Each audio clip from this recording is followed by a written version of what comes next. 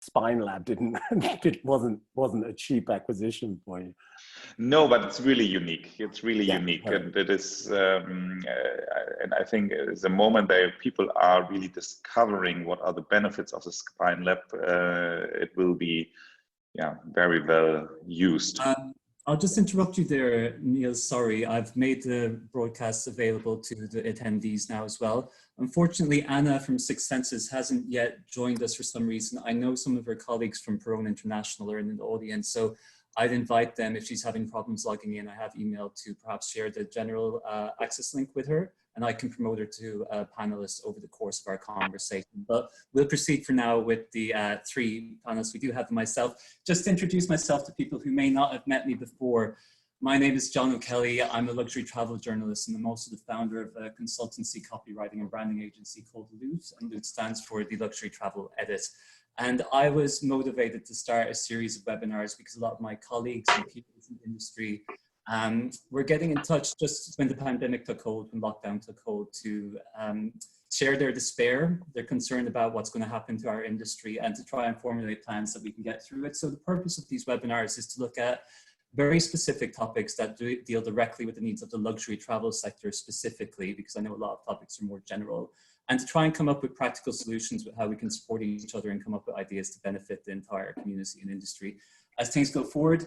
I've done a number of topics. I'm specifically personally very interested in this one regarding spa and wellness. You know, speaking as someone who was unexpectedly made single directly before lockdown took hold, I've become a little bit more aware than I perhaps intended, you know, of the fundamental need we all have for touch, you know, how nourishing that can be for us. I know so many people are having conversations about desperately longing to hug their friends again, you know, that proximity and tactility that's so valuable to us. Conversely, we're also having conversations about stranger danger, contamination, social distancing. I was wondering how we can reconcile this dichotomy where we're desperate to be close to each other again, which would lead me to believe that the spa and wellness industry is going to have a surge in demand when we get out of this, versus the fact that we're now entering this new room where we need to be averse to being close to people and maybe have a suspicion the way we didn't have before. So I'm going to try and reconcile that contradiction over the course of this conversation. I'll just ask firstly that the panel introduce themselves, and then we can get started. Okay, Niels, maybe if you can introduce yourself. Of course, my name is Niels Behrens. I'm the CMO of the Lanzerhof Group. So Lanzerhof is a group of health resorts and clinics, and at the moment we have 4 sites. So one is in London in Mayfair. It's our newest baby. We have a cooperation there with the Arts Club, and it's purely for outpatients, and it's also a membership club. So both you can be there, come as for the medical services, and you also can become a member. The original one is from Austria. It is a resort close to Innsbruck, so really nice in the Alps. And we have another one in Bavaria and another one in Hamburg, where I'm based. And that's beautiful, yeah. Yeah, it's really not far away. It's really just here, so it's really close by from this picture. And our USP is at the end that we are combining high-end diagnostics with natural healing methods. So we are really medical driven. So we are not a typical wellness offer. It's more something which is a medi-spa, you would say it in your terms. And yeah, we are now on the market for more than 35 years, and the expansion started with me almost 10 years ago. Great. I should say I've actually been a treatment at your facility myself and came back chewing a lot more slowly, because I know that's one of the tenets of the Lanzerhof philosophy, is to rectify our approach to food and just improve our digestion, and it worked for me. Frances, can we hear a little bit about what you do? Sure. I'm Frances Gagan. I set up Healing Holidays about 14 years ago, and we major on wellness and well-being. So we're different from other companies in that medical spas are something that we are very actively involved with. It's a big part of our market. So we work with the wonderful Nils and his properties at Lanzerhof, and indeed Clinique La Prairie. So the key medical clinics across the world we also work with. We have found that wellness has just grown hugely over the last 10 years, and it continues to grow. There's a massive demand for it, but we only sell wellness. So all my staff are very, very knowledgeable on their subject, and we travel and see them, and we, you know, we're on top of our game when it comes to what's great and what's new. I just can underline this because Francis is our only third-party partner we have in the world. So we are only having direct sales, and only Francis is our partner because she's so professional and she really understands what our product is. We have made some bad experience with other partners because they don't understand really what we are offering, and so we had a lot of, I would just say, we are not matching with the expectation from our guests, and so I just want to underline that Francis is a real professional.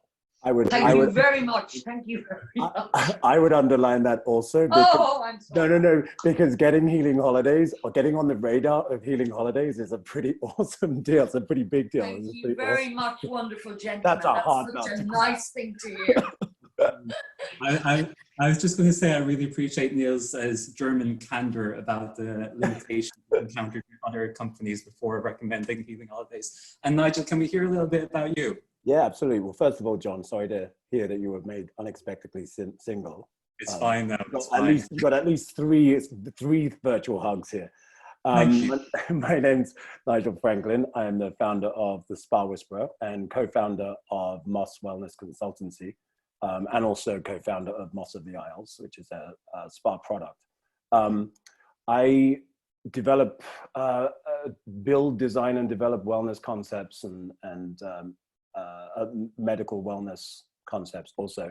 And it's something I've been doing for the last 20 or something years. I started out as a therapist, and I started out as a journalist, actually, John, and moved into therapy. And the kind of trajectory of my career has always stemmed from this kind of need to create spaces of transformation, but that's overused these days, but specifically surrender and healing. So I'm always kind of driven by this need to create innovative, purposeful wellness concepts. Great. Well, you know, in determining the panel, I've really appreciated the synergy between you, but also that you all have different perspectives on this. And as I said in the introduction, I'm just genuinely confused about the state of play now, you know, people's mentality as we approach the alleviation of lockdown and again, traveling around the world in pursuit of well-being. So Francis, you've got a good perspective in that you have clients, a very active consumer base, but additionally deal with so many different brands worldwide. And can you give us an overview of what your clients are saying now if they're feeling ready to travel again? Excited about taking care of their wellness, and what changes are your partners, the products, making to facilitate their new desires if they do have different expectations now? Well, the good thing is that, you know, clients really do want to travel, and they really do want to go to spas. We're waiting really for the government in the UK to make, you know, quarantine something that's just not going to have to happen, because that obviously changes a lot of things. But assuming that that's lifted and that clients are allowed easy access to various countries, Europe will definitely be the strong area of wellness for the foreseeable, because the perception is it's easy to get there, it's not long of a flight. And, you know, looking at places like Lanzerhof and the Lanzerhof brand, in people's mind, it's easy to see that they're going to be very prepared. You know, it's, you know, the ultimate in forward, sophisticated diagnostic. So people think, you know what, Shaw, Lanzerhof, Bad Ragaz, Villa Stephanie, Clinique La Prairie, we're fine to go there because we know that they're going to get their COVID policy totally on the money. We know that. We have no concerns about that. Well, I think that... So I was going to say, Anna, or Francis, I would have this perception as well, because if I am to enter a Medi-Spa environment, I'm really anticipating that I'll encounter people in white coats. I'm completely comfortable with seeing explicit hygiene measurements taking place. So in that respect, I assume, and we'll speak to Neil shortly, that this is a good time for facilities such as his. But what about more holistic traditional spa environments? You know, your Thai resort how are they going to adapt their offering, or do they even need to in response to this? Well, you know, absolutely, they have to adapt it because their type of wellness was very much, you know, touch and feel. And they don't want to ever change that experience because that's defined them and it's made them who they are. We instantly think of properties like Bjurstam and Vana, where that whole healing process is done via the human touch. And they've just come up with other ways and other programs and enhancements that are going to make that experience as real and as potent as it always has been. So you will have, you know, sound therapy, lots more meditation, outdoor, you know, experiences on the wellness, etc. That will definitely come to the forefront. But I think we need to start with the touch points of the airports. And I think that's what we're all a bit fearful. You know, how are we going to get through Heathrow and through any of the airports? When we arrive, all the properties, without exception, have come up with really good ideas regarding the transfers, because that's very important. You get out of the car, you get out of the airport, you get into a car. Okay, what's my safety from here? So the cars have been vetted, sterilized. You've got perspex between the driver and the guest, and then you get there. Some spas are asking for certs on arrival to say that you don't have COVID. Some have the facility and the ability to do the test when you're there, which is fantastic. Some have their own clinics on site. So, sorry, their own labs on site. So Palace Murano, Clinique La Prairie, Villa Stephanie, Bad Ragaz, they can do a test and have the results within an hour. Others will get them, you know, to you within 4 hours. So Francis, at least that's there. Sorry to interject. Will you have this as a new brand standard that you will expect the clients you work with in future? Yeah, I mean, everything, what our team are doing at the moment is going through every partner we're working with and establishing their COVID policy. We have a criteria and we need to understand that everybody is matching or reaching or trying to fulfill that criteria. It's going to be so important now. Yeah, and we will have that, you know, we will have that information on every property on the website. It's just going to be as important as anything else now. Thank you, Francis. But are your clients actually asking for this information, or are you preempting them? Do clients actually You know, care? strangely, John, they're not. I think they expect us that we're going to deliver that information, so they don't ask us. You know, they're much more concerned with getting there. It's interesting, you know. We have a huge level of repeat clients who go back time and time again to the same spas or just to do the wellness journey with Healing Holidays. So they have their expectations of Healing Holidays and what we're going to deliver. So they would expect us to know and to ensure that all our spas had the highest of COVID policy in place. They would expect that from us. Yeah, I was going to say as well, in connection to that, speaking as a consumer and the information I'm receiving now as a journalist, a lot of products and properties are emphasizing their new approach to cleanliness. Always a concern for me to see this emphasis when I'm dealing with luxury brands. I think, you know, there's the indication that they perhaps previously weren't as vigilant or scrupulous as I would have expected if I were paying £1,000 a night. So I just, you know, from my consumer perspective as well, I want to add a caution about how people convey that message about what they're now doing in terms of your sanitary procedures. If you're suggesting that you weren't previously vigorous about this, it actually, in my mind, discredits the brand. And also, you know, if I go to a place, I'm ready to travel now and just have a nice time. So constantly framing everything within the prism of COVID isn't really conducive for me feeling like this is going to be a good holiday. Niels, I just want to speak to you about this as well, because Lanzerhof has actually remained open throughout the entire period. So you've seen this trajectory in real time. What have you noticed with your customer base? What's changing? I would say there was a lot of uncertainty in the beginning, so everybody was a little bit afraid. So we had a lot of cancellation in the mid of March, especially from the international guests for sure, but also from some German guests, because they were afraid to leave the house, and there were also some of them were really astonished that we still have open, that the property was still open. And it is because of the reason that we are a clinic. So normally we could have stayed open in Austria and in Germany. Unfortunately, in Austria, there were a lot of movement restrictions. So the only guests we could welcome then, I guess, from the village Lands, and the village Lands in total have, I don't know, probably 300, 400 inhabitants, so you can't run in Lanzerhof with these 400 inhabitants. But nevertheless, we had in the weakest time, we still had an occupancy from almost 30%, which is not so bad. Then we really see that we had a lot of word of mouth recommendation from the guests which we had there, because they're saying at the end it's probably the best place in the world at the moment to stay while this pandemic breakout, because you are more or less in a safe environment, and in the case that you are getting ill, you have a lot of doctors here. So yeah, we've seen that we get a lot of new bookings in April.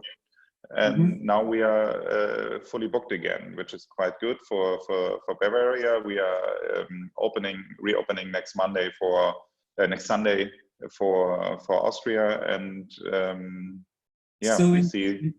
In terms of capacity, the news is quite encouraging. But within that, what are the behaviours you're now noticing? I think you mentioned to me previously, you're a focus now on preventative medicine.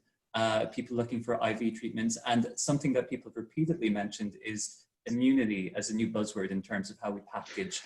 Yeah, this is the most the strongest effect we have seen in London, because in London we also still have open, and in London we are very much focused on sports medicine, and at the moment the most services we are selling are really consultation in terms of prevention, screenings in terms of prevention. So we have an MRI, for example, where the people are prefer to go instead of going to a hospital, because nobody wants to go to a hospital at the moment because they are afraid that you get an infection there. And so we have a lot of demands for MRI screening, for example. We also for prevention reasons, but also for other reasons. But in general, the doctor's consultation are very much, there's a huge demand of IV infusions, consultations, how to boost your immune system. And also mindfulness is one of these really very often requested things. So. I know actually a lot of the panel, I've spoken to everyone already, have strong feelings on that.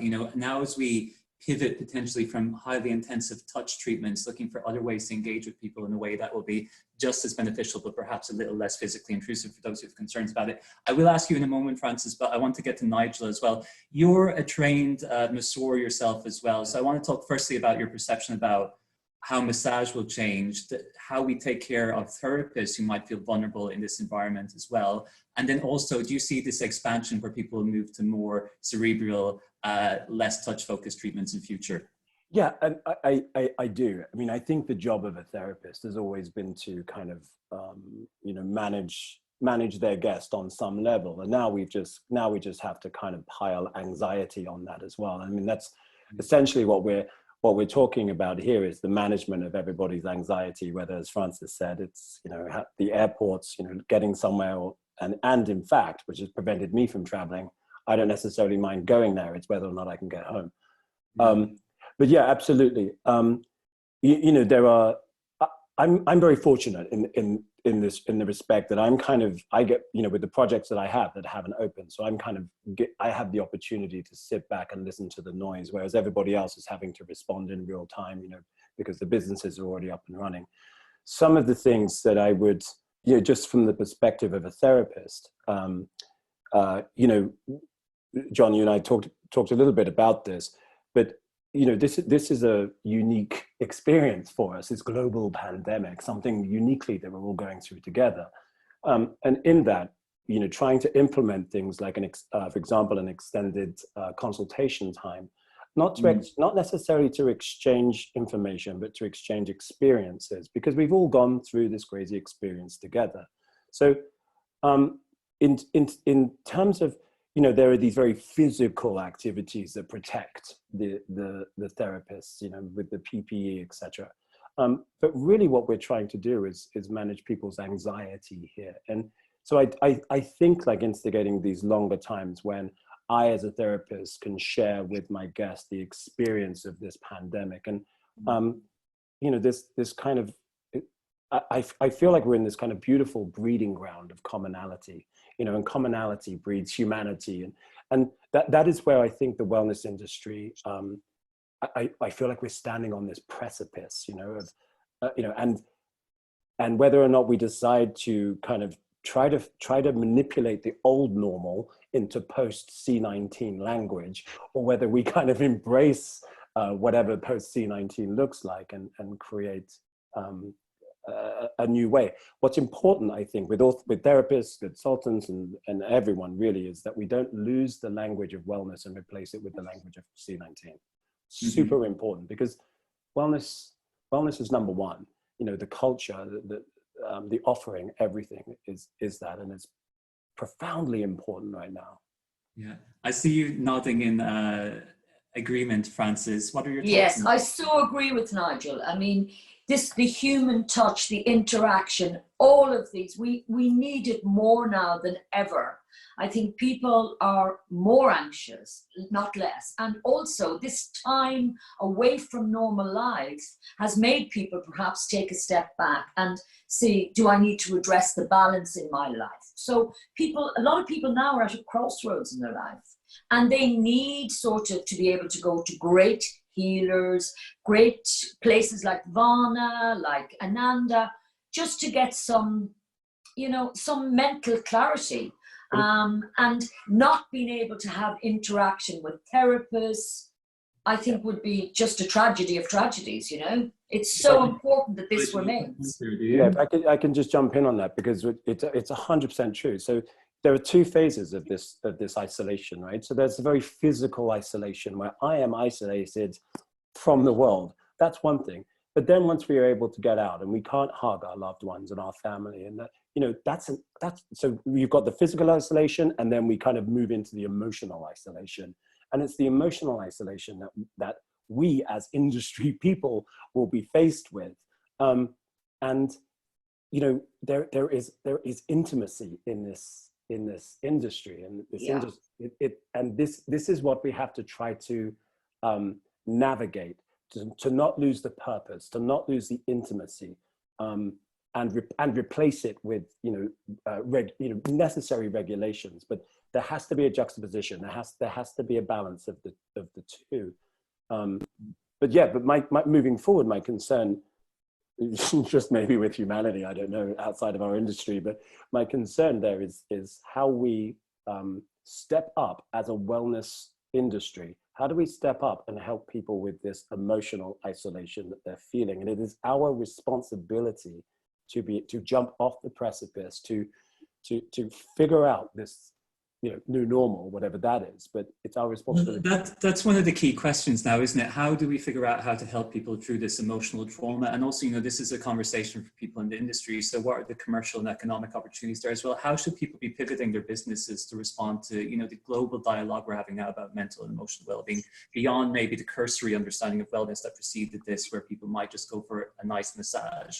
What services should be introduced? I know, for example, Frances mentioned that some of your clientele, you mentioned Crossroads earlier, are looking for expanded programs where they might do periods of months in treatment or something like that. And also I'm wondering, you know, Lanzerhof, the London facility.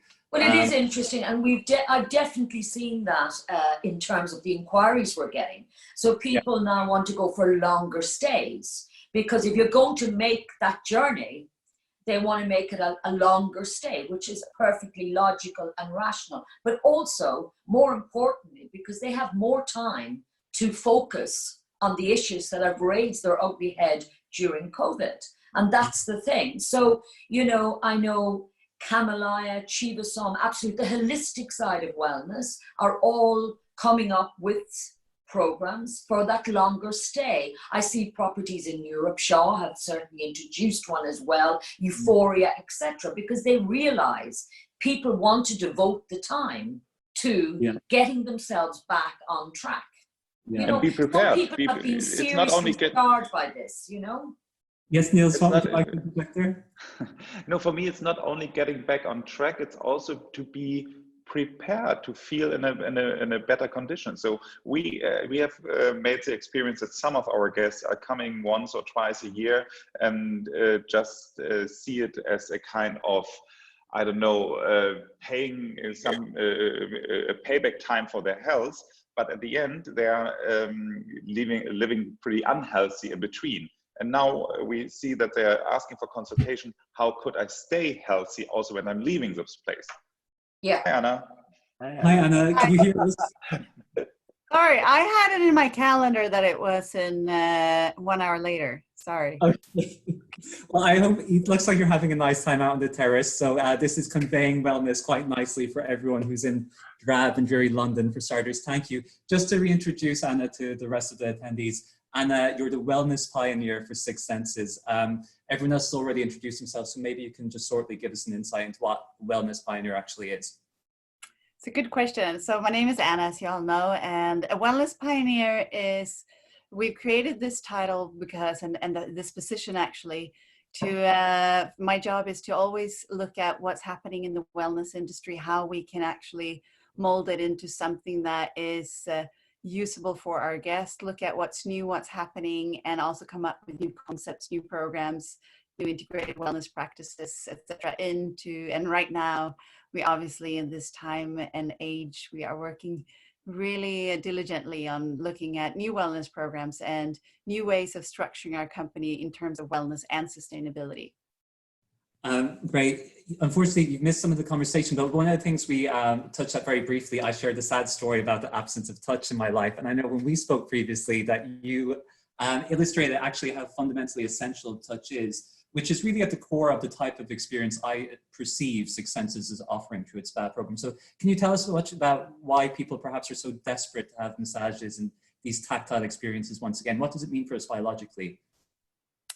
Well, I think many of you have heard of the study that was done on babies and looking at what happens with babies who do not get touched. And they did that, and simply you get sick and you're not survive. And we are a creature that needs touch. We are. So if we don't get it, we actually do have seen, and science have shown that lonely people are, it's not only that they're lonely, but they also are not touched. And you get all kinds of various effects of that. And a lot of it obviously is related to stress. And as soon as you are touched by someone, you actually feel less stress. And there's many other things, and the release of oxytocin and GABA and all kinds of other hormones that are good for us. So I was sharing to John that I had not been touched for, I think, about 2 weeks. And then I went and had a massage. I'm from Sweden, so we don't have the same rules and regulations. And I went from that massage and thought, I was wondering what he put in the massage oil, because I was feeling as I was high and I was flying out of there. And it was the most exhilarating feeling. I've never felt anything. It's such a natural high. And I realized, oh my God, I've not been touched. And I think many of our therapists and people who have worked with touching people know that the minute you touch someone, you often get a reaction. It could be crying, it can be laughter, it can be talking. It's so much things that happens. But touch are essential for us, and not having had touch means that we have a desire for touch, and people will have. And so often I hear right now, it's like, I wish I could just hug someone. And I think that's, we're going to see that for people who are not having an underlying risk factor, and also who are not in that afraid bucket, will probably be much prone to also book. And we see that in our locations today. We do have quite a few treatments, which in the few locations we do have open and booked, and people are queuing up. Well, we've spoken a bit about the offerings at Lanzerhof, for example, and Francis has a universal view of every product, and Nigel's obviously exposed to and engaged with so many different brands as well. I think Six Senses specifically, and I was really keen to have your input there, is somewhere as a brand, I as a consumer again would perceive as being, you know, the more traditional holistic spa experience where you have a very intimate relationship with the therapist. It's very tactile, and that kind of a cerebral approach as well. So how are you going to work within the confines and restrictions of COVID-19 that might place more impetus or emphasis on PPE, or are your therapists going to be gloved and masked? What am I going to encounter as a consumer now? Well, I mean, we've put in a number of measures, and it's all depending on also what rules and regulation is in each country, but obviously hygiene factors, and we also have longer time between treatments. So we have, unfortunately, I would say, a fumigate gun, it's called, but basically between each treatment, you can go in and take away all virus and bacteria. We have the therapists change their uniform between every treatment. They, of course, wear masks. Sorry, Anna, how does changing uniform work with Six Senses' approach to sustainability and single use and the like? Well, it's simply is that we have to do a lot more washing, and that's not very sustainable, but we're doing our best. But we have usually every therapist have 3 to 4 uniform forms, and we just have to make sure that they're washed and that we're able to change them. And then all the sanitizing rules and everything that is there, but they don't have gloves when they do a massage because that is difficult. And so far, but we've also built treatment rooms outdoor. So we have them outdoor instead of indoor. So there's other things that we've done. So basically we've done everything we can in terms of cleanliness and hygiene. And we also both take fever check and blood check with our therapist and staff every day. So you see more treatments moving to an outdoor space, and I know a lot of people have mentioned that as well. Nigel, I want to speak to you about that because you're involved currently in the development of a fitness retreat in India called King's Mansion, and also work with a number of major brands to help define structurally their spa concepts. Yes. I know you've worked with the like of Aman and Four Seasons, Mandarin Oriental, very prestigious brands with the revenue available to actually implement significant changes. So I'm kind of keen to look at the future through your eyes now that you're dealing with clients who aren't tethered to an infrastructure that's already in place, that are developing new concepts. What might the spa of the future actually look like? What should people be implementing now to future-proof their offering? Well, I mean, look, this is kind of the unique position that I'm in. So I'm the lead consultant development consultant on an Ayurvedic center in Goa, in India. And I suddenly find myself in the middle of this global pandemic with the luxury of time. So while everybody else is adjusting in real time to pre-existing businesses, as you said, I have the luxury to sit back, listen to the noise. You know, I say this a lot. You know, we're not defined by how we respond. We're defined by how we evolve, and so it's difficult for people in real time because everybody, you know, this double-barreled knee-jerk response, and I just have the luxury of time where I can sit back, listen to the noise, and we can, you know, this morning I was on meetings with the architects and the interior designers of King's Mansion, for example, and we're talking about adjusting from everything from adjusting the design on the floor tiles, as it were, to even of the restaurants, to even make the social distancing, give it the illusion that it's actually more intimate than it really is. But that's specifically, we spoke about this before. I thought that was really interesting, just as these very subtle steps that people can make to respond to the reality that our social spaces are going to be changed. So you mentioned the tiles, there's an optical illusion that makes the space seem. But I mean, this is possible because I am in this unique position. I mean, we probably will be one of the first kind of residential wellness spaces that opens post C-19. But it, you know, with King's Mansion, with the project of King's Mansion, the concept of King's Mansion is to marry. You know, we're working with the Genomics and Biology Institute in New Delhi, and we're doing lots of, actually we were until C-19, and now those people have been really instrumental in finding, so they're kind of a bit busy right now. So we're gonna wait till it calms down and then we'll reestablish that. But King's Mansion is a kind of a beautiful juxtaposition of you know, historic Ayurvedic philosophies and medical practices, but we're matching it with contemporary evidence-based science and genomic research and those kind of things. So we do have a lot with Niels, for example, you know, and with Clinique La Prairie. You know, these kind of regulations are not going to look out of place in King's Mansion because it does have a contemporary kind of science approach to it.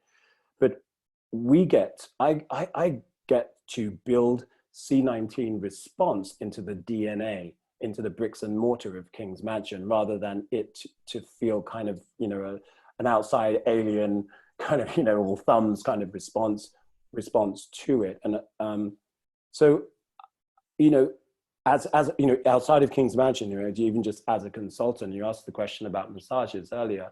You know, I hesitate to think about what the new massages will look like, because I think that I'm not a person who enjoys fads and trends at all. You know, I like what I like, and that has to be, you know, married and steeped and anchored in years of research. So I worry that there are going to be kind of new kind of faddish massages that, you know, promise immunity boosting or something like that. So I am more kind of focused on what I hope that the spa of the future is not than what I think it will be, because we're in such early days now that, you know, the conversation that we had at the beginning 2 months ago, the conversations and the webinars I was doing 2 months ago for Wellness Summit and things, those conversations have completely changed, and the information has completely changed, and the responses have completely changed. So, yeah. Well, I think as well, there's a real recognition that people are ready to start getting back out there again, as Francis is probably encountering with a lot of our clients at the moment, and Lanzerhof being full. Kind of tied to what Nigel was saying, Niels, about spas of the future and those spaces. You're opening a property in Silt in 2021, I believe. So you also have an opportunity potentially to implement some changes now that will reflect different consumer habits. Is there anything you've done or will be doing? Will be doing, yes. So I had a discussion just about this with our building team yesterday, and for sure we are taking in consideration what effects C-19 had on our property so far, and we will also see what we can now change, because to be honest, the building itself is quite in a very developed situation already, so there's not so many walls you can move or something like that. But nevertheless, we are having still one building which hasn't been so much finalized yet, and so we are trying to adapt some of these. This is, for example, also which is not so wellness driven, but the restaurant, for example, is also. You have to see that at the moment we are really expanded our restaurant at Tegernsee to the lobby area in a way, because it's not possible otherwise. Because normally some of our guests are really enjoying to be sitting on a table together with 4 other guests or 5 other guests maximum, so a table of 6.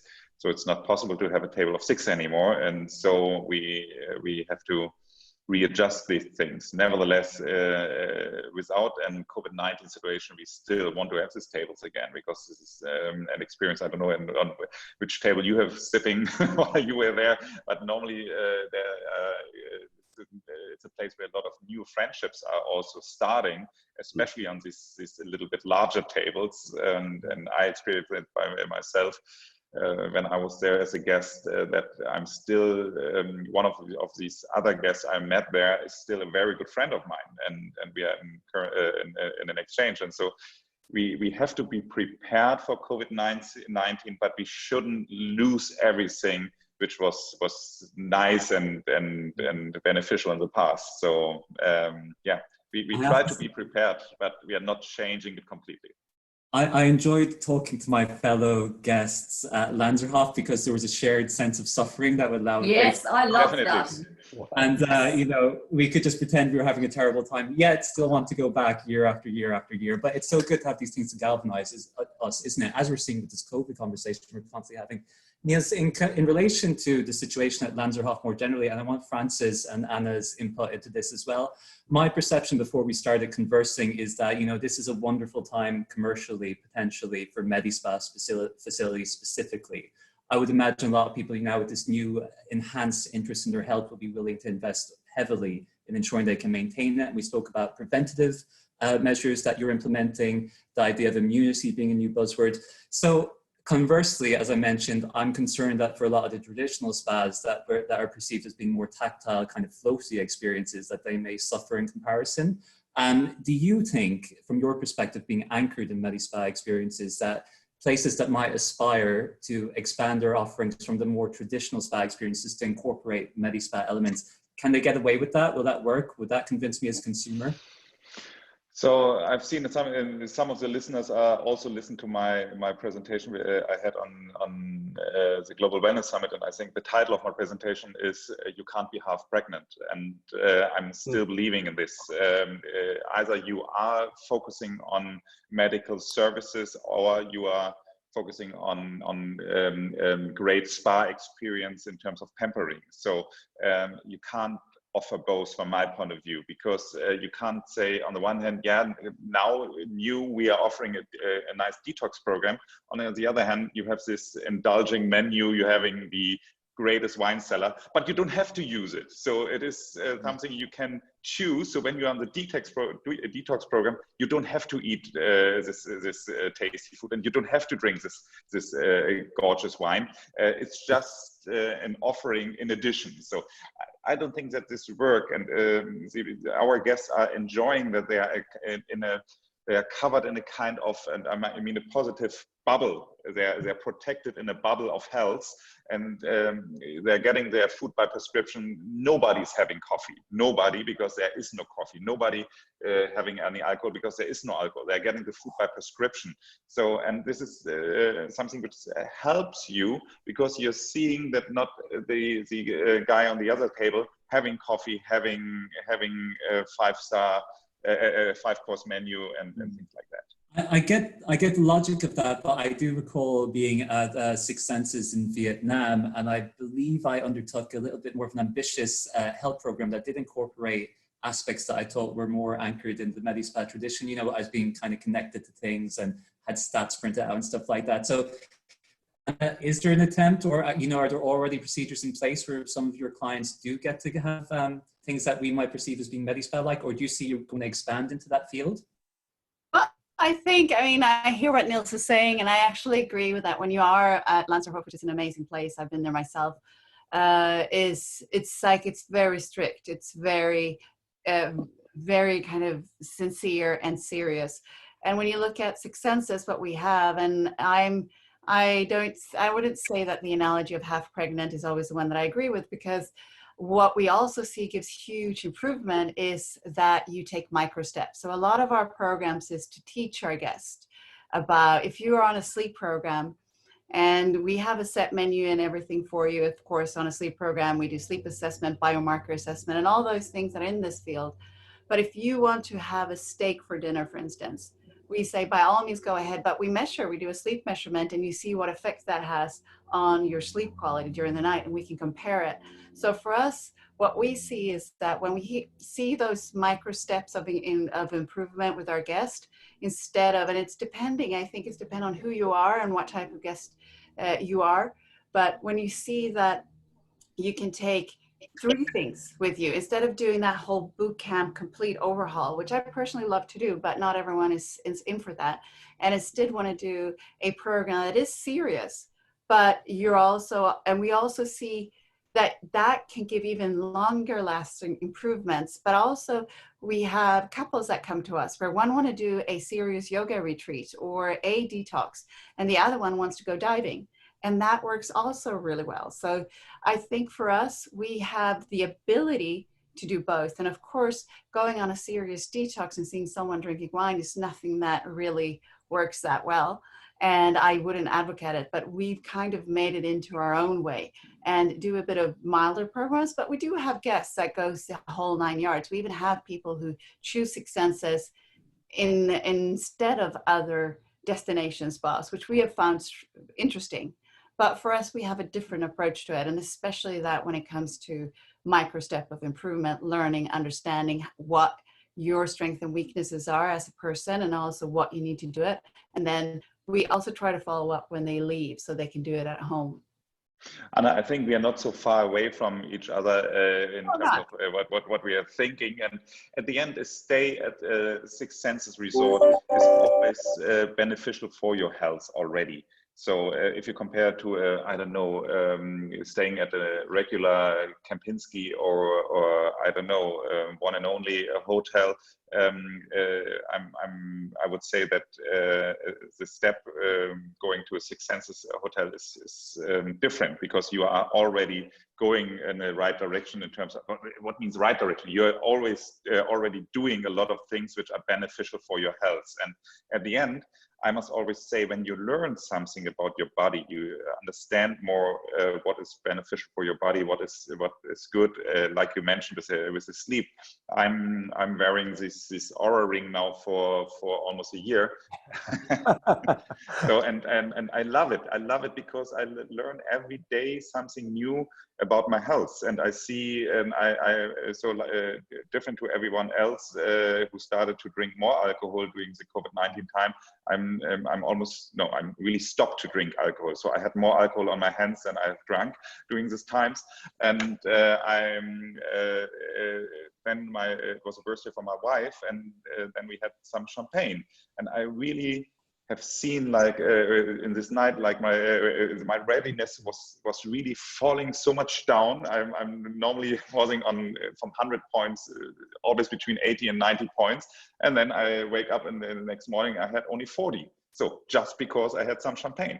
So, and you see what effects things like that having on your body. And this is what I totally agree. When you're going to a Six Senses resort, you learn something about your body. You also learn something about, when you go to Lanzarote in a more strict way, but still you are investing into your health. And when you see what is good for your body, it's always good, because you're then better prepared for the future. I would just interject to say that, you know, regarding champagne consumption, you see the negative effect the day after, but it's worth it the night before, isn't it? So definitely, you know, I'm not stopping to drink alcohol, so don't get me wrong, but I'm normally always drinking alcohol with other friends, and due to the fact that there are not so many friends at my home, because we all had this social distancing, I didn't have so much I've been eating and drinking more rubbish than ever over the last 3 months, and you know, it's kind of got me through a lot of tough times. You know, we're speaking as well, Francis, about you know, can conventional spas adopt medi-spa conventions or behaviors? But I know you also have examples of spas that are incorporating new bespoke tailored treatments that are very individual, such as Aman wellness journeys. You think that might be a new trend that's emerging? Yeah, well, I mean, Aman, you know, they offer such a private experience. So you can really go there, have your own villa, and have the ultimate sort of privacy. And Aman have always been fantastic with their immersion journeys. I mean, they are just amazing. The people they bring in, the practitioners, are as good as it's possible anywhere in the world.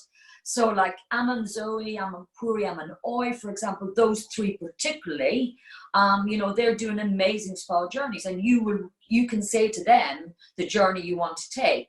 And getting back to your point about sort of people, you know, you can't have wine or you can't whatever when you go to spa, I think you've got to define your journey before you go. I mean, what is prompting you to go? If I was going to Lanzarote, which I think is an amazing place, and you must never get rid of those large tables, Nils. I had the best laugh there with some amazing people. But you know why you're going to Lanzarote or any of these medi-spas. You are really going to sort your medical side out of your body. So a good diagnostic, sort out your gut, whatever that is. But your motivation to going maybe to Vana or Chivasam is going to be different altogether.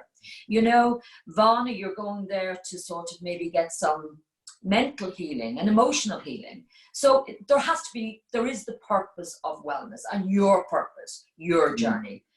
So that's the thing, isn't it? I guess clarity as well about what the product or the property actually offers. They need to be very clear in their branding at the moment so that we can respond to it appropriately. I just want to point out that we will very shortly take some questions, so you're all invited to enter them through the Q&A form below.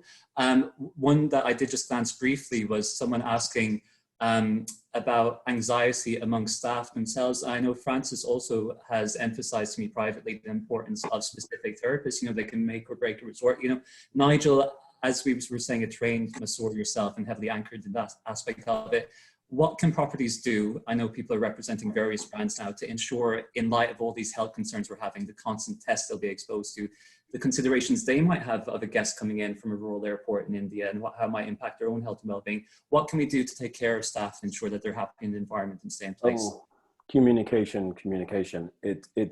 you know, there's, you know, if we're talking for, you know, for residential program properties like Six Senses and Lanzarote, certainly, there's a great opportunity for pre-arrival communication and having all of those things put in place, certainly.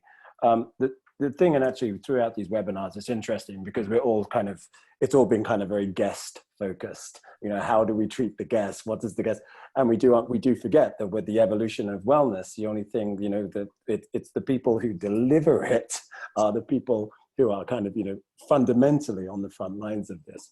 And I think anxiety, well, I know anxiety is a different thing to different people. But the one thing I think that can blanket this is the communication, the pre-arrival testing. It really, there just has to be a way, there has to be a way for it to create it within the DNA of the vision of the property. Speaking on behalf of therapists, I would imagine that there would be an emphasis on that, or on communicating with the guest, on spending the time before the massage to connect with the guest. It's the therapists have to be taken care of. It's because without therapists, wellness is just really a word, and it's important. So I would imagine, you know, what I love about this horrible situation is that we are now kind of entering this kind of open source situation where we are all sharing our ideas and all sharing our experiences with each other as an industry. And I think it's created a much more solid community within the wellness industry. I think if therapists understand that they are the focus, managing their anxiety is the focus. I mean, they also have to relax. I mean, Francis has mentioned sound therapy, and, you know, we can talk about Reiki and all these things, but if those specific kind of very vibrational experiences are delivered by somebody who is not comfortable with the person they're delivering it to, then, you know, we lose the point. It's communication. Communication is key. Finding out from your therapist what it is that they're afraid of and addressing that. We've all spoken as well privately about the need for a clear, straightforward testing procedure. So frequent tests for staff so they're aware of their own health status, and also implementing strategies so that people, before they arrive at the resort, we're aware of how healthy they are or not as well, or if there's an infection risk. So I presume that's going to become another industry norm. As we're running out of time, I wanted to just quickly address something. A lot of you have spoken about the expansion of resorts, spa resorts, to incorporate more outdoor facilities.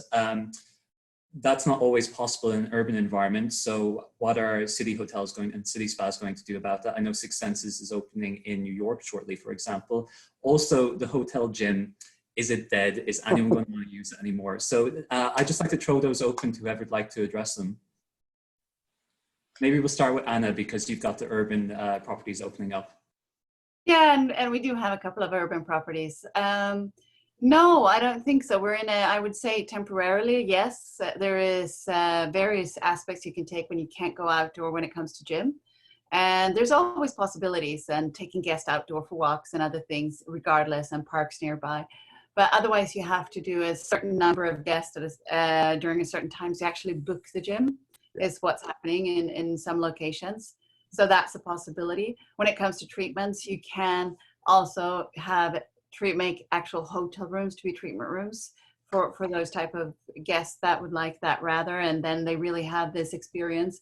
So there's other ways of doing it. I do not see, and if I look at it also in a perspective of here in Sweden, where gyms, etc., has been kept open, there was very few people in the midst of the pandemic in Sweden in any gym, and now they're packed and just like normal again. And I think people just kind of, after a while, when you come into a different phase of this and accept the situation, those people, and I speak with a lot of people who will never maybe potentially not go to the gym in the next couple of years, and that is fine, and they find other ways, and you can work out, and also in-room workout and all those things that you just have to work with. But I think the main thing is look at who is the actual guest and what do they want. And when we've spoken to travel agents and our guests and people around the world, and we've done a lot of research on that lately, everyone is agreeing that those people who are very afraid, they will not travel. because the worst thing is not going into a hotel. Probably the worst thing is getting actually to an airport and on a plane. And the planes now in Europe, I've had many friends who's gone on planes in Europe, they're packed. There's no seats in the middle free or anything like that. They're super, super packed in a lot of planes. So that is the first step. So if you go on a plane, you probably also can go into the gym or into a hotel. But for those that are afraid, they will simply not do that, or take road trips or do something else. So there is lots of opportunities, but we do see that there also, and we see this in China and Vietnam and other locations, is that what we said is called revenge spending. And people want to spend more, they want to do more, they want to eat more, they want to be out more, and they have a desire to connect. So I think for those people, and that's a big mess, this will kind of be a phase, and then we will come not to what we were before, but a new normal, which is different. It's kind of like what we've seen with after 9/11, that suddenly we had airport checks all around the world in every way, no liquids. And that's the new normal. We're going to have things happening in our industry as well. But the question is it's such a moving target, and it changes every day what hygiene measures one should do and not do. Yeah. You know, the new normal is a term that we're all using to try and just navigate our way through what actually is happening at the moment. But I just see in relation to what you said, a question from Lauren Ho, Travel Ed at Wallpaper, as she mentions. Thank you, Lauren. I'm wondering, you know, we're in the midst of this pandemic, we're discussing it all the time now, but humans, I think, are predictable and lazy. Are we just going to revert back in 18 months to what we previously did, or are these really seismic changes that will be permanent alterations to how the wellness industry is structured? What do you reckon, Frances? I think it's an interesting question. You know, I still think we will revert back, because we're very passionate about the type of wellness we've enjoyed over the last few years, and we don't really want that to change. So I think we'll put up with what we need to put up with for as long as we have to, but nothing will ever take away from that human contact that we so strongly desire and need. I mean, we just need it. So it depends what you mean by reverting or changing. It really does depend what that means. You know, as Anna rightly said, we put up with whatever we need to get through airports now. I mean, 100 milliliters, who'd have thought we would have tolerated that every time we went through an airport? But we do.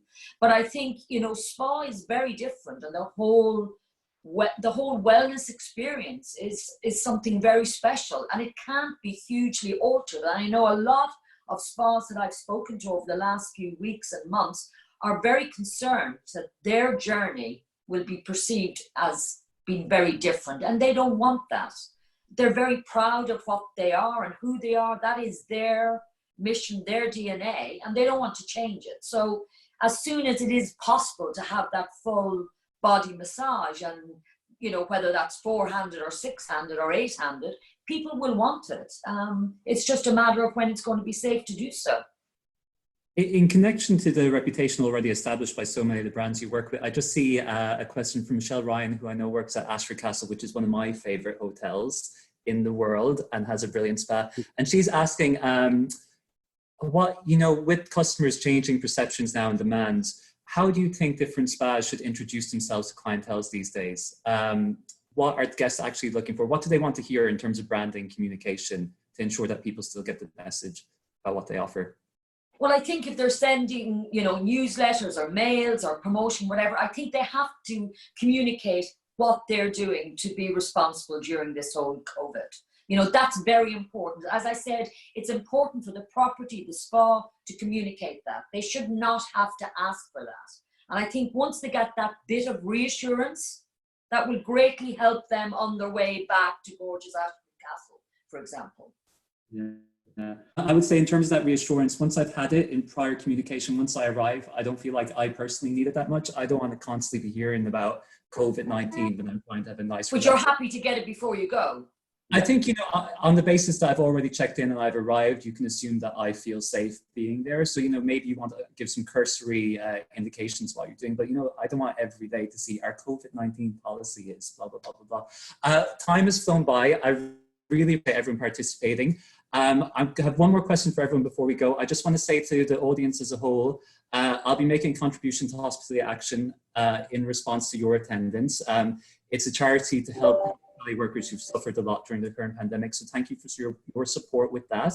I welcome feedback or suggestions you might have for future webinars or people you want to put forward.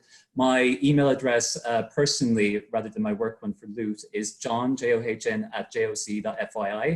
And I hope people have found it useful. This is meant to provide practical information that will benefit your businesses. That's one of the intentions.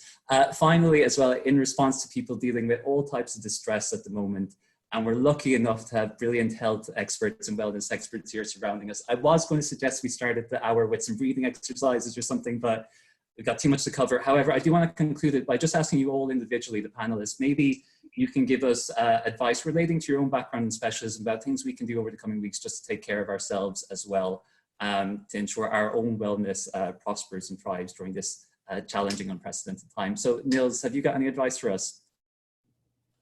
So honestly, I have started again very consequent to do my intermittent fasting, and I found it very beneficial because I have seen in the home office when you're sitting in the kitchen the whole time that I was always hungry because I'm used to eat in the kitchen and not work in the kitchen, and now I'm stopped this and being back on intermittent fasting, and I see that I'm gaining so much power again by not eating anything, and I just can recommend it for everybody. You're feeling better, you're feeling stronger, and you're getting better through this time. Thank you. I'm just laughing at you saying that because I'm working in my kitchen as well. I've established just that shot over there like a dessert pantry cupboard counter, and it's just, I can see a lot of apple tarts, biscuits, cookies, chocolate. So I'm going to try and take that advice. Thank you, Niels. Francis, yourself, what do you reckon? I would say try and get some headspace for yourself each day. Start meditation. There's amazing information on, Instagram accounts with Vana, with Ananda, Kamalaya, Chibasam, all these wonderful properties with guided meditation. 10 minutes, it doesn't matter if you can't keep your mind clear or relaxed. As I said, just go with it. Let yourself go. I think that's the best thing you can do for yourself is to give yourself the ability to take yourself away to your own little place for 10 minutes a day. Thank you, Francis. Yourself, Nigel? Well, I practice transcendental meditation and have done for 10 years. I do that twice a day. But wow. Yeah, only 20 minutes, so it's not so great. That's why I never get anything done. No, listen, look, I mean, I'm a big meditator. I struggle sometimes with anxiety, and God knows this environment has created more of that. But I'm a meditator and I'm an isolation tanker. I mean, that's how I generally kind of manage my own kind of race that I have in my head. What I've started to do since lockdown is shower in the dark. And it gives me such a beautiful, everyone's now going to do it, but you're shutting off some of your senses, and it is meditative and isolating, and it puts you in a much more kind of serene space. But yeah, my big tip for home wellness is take a shower in the dark. Dark. Yeah. Not what even about a cold shower? Oh, well, maybe the morning after, maybe morning after some of the alcohol that Niels hasn't drunk. but just no candles, nothing. Just take out all the senses. Get under a nice warm shower, but turn the lights out. Wow. Very good. And what about yourself? Nice. Have to try it. Yes, I just have to see. I have to find a way to cover my window, but just don't kill yourself getting out of it, of course. But. Yeah, we can't take responsibility for other people's health issues. Nigel's advice. Do at your own risk. Anna, just to conclude, our final comment for the session. Yeah, I have to agree with the others. Intermittent fasting and meditation is part of my daily routine. I actually just, when I feel a bit too much in my head, I actually stand on my head against a wall or freestanding. So that is really nice to do because it really helps and it's good for a lot of things. Showering cold, actually, I do almost every day. And